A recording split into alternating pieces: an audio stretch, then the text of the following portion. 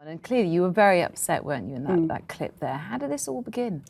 It started on a social media site. I didn't know at the time, but I'd known the person. He was an Atomic Kitten fan, and he just started with compliments initially, and then after that it became a little bit more sexual, more suggestive, and then just it got far too out of hand.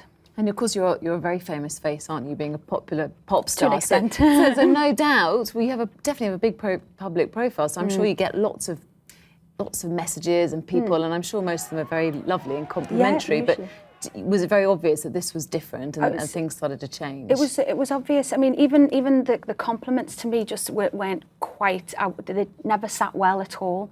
So I just think when it started to get worse, I thought to myself, why didn't I think about this at the beginning? Why didn't I start, go to the police initially? But I couldn't have with the first comments. But yeah, it was awful. How did it make you feel? Or I mean, I think on that particular clip from the show, yeah, I'm upset, but I was angry, and I think that's a part of the emotion that you do go through when it happens to you.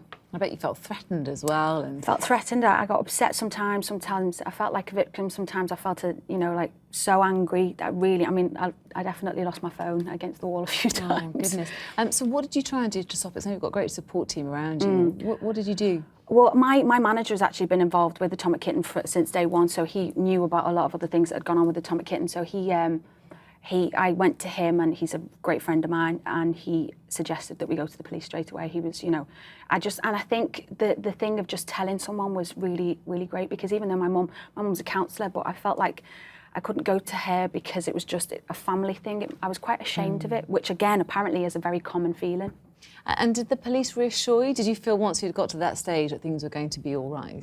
I did, yeah, I did. As soon as they were involved, it was confirmation that it wasn't right and that I had the support there. And a lot of people would say, one of the best ways of sorting this out is don't use Twitter, don't use social networking sites, and just ignore it. Is it not as easy as that? It's not as easy as that as well, and I did have counselling over it, and one of the things was that I have to get back on these things. It is part of what we do, and it's something that we're always on Twitter, always on those sites, and that one of the things I discussed with a counsellor was that she wanted me to be able to get back on there and not feel like a victim so much. So you don't kind of miss out on talking to your real fans. Yeah, exactly, and I do love Twitter. To that extent, it's just it was just hard, and I do take breaks from Twitter though. I think that you should do that. I think it's important. Now Robin Duke, who was your stalker, was given a 3-year probation and restraining orders. How do you feel about that?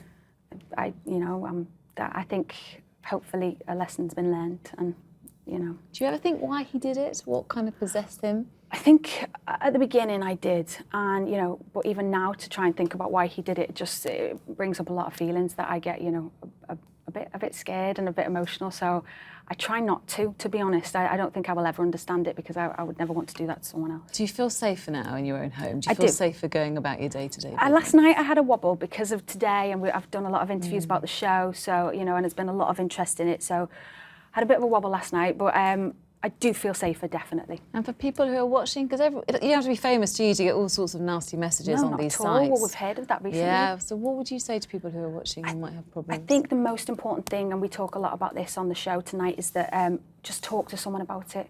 Just one person, if they know, they can, just sharing it makes you feel better.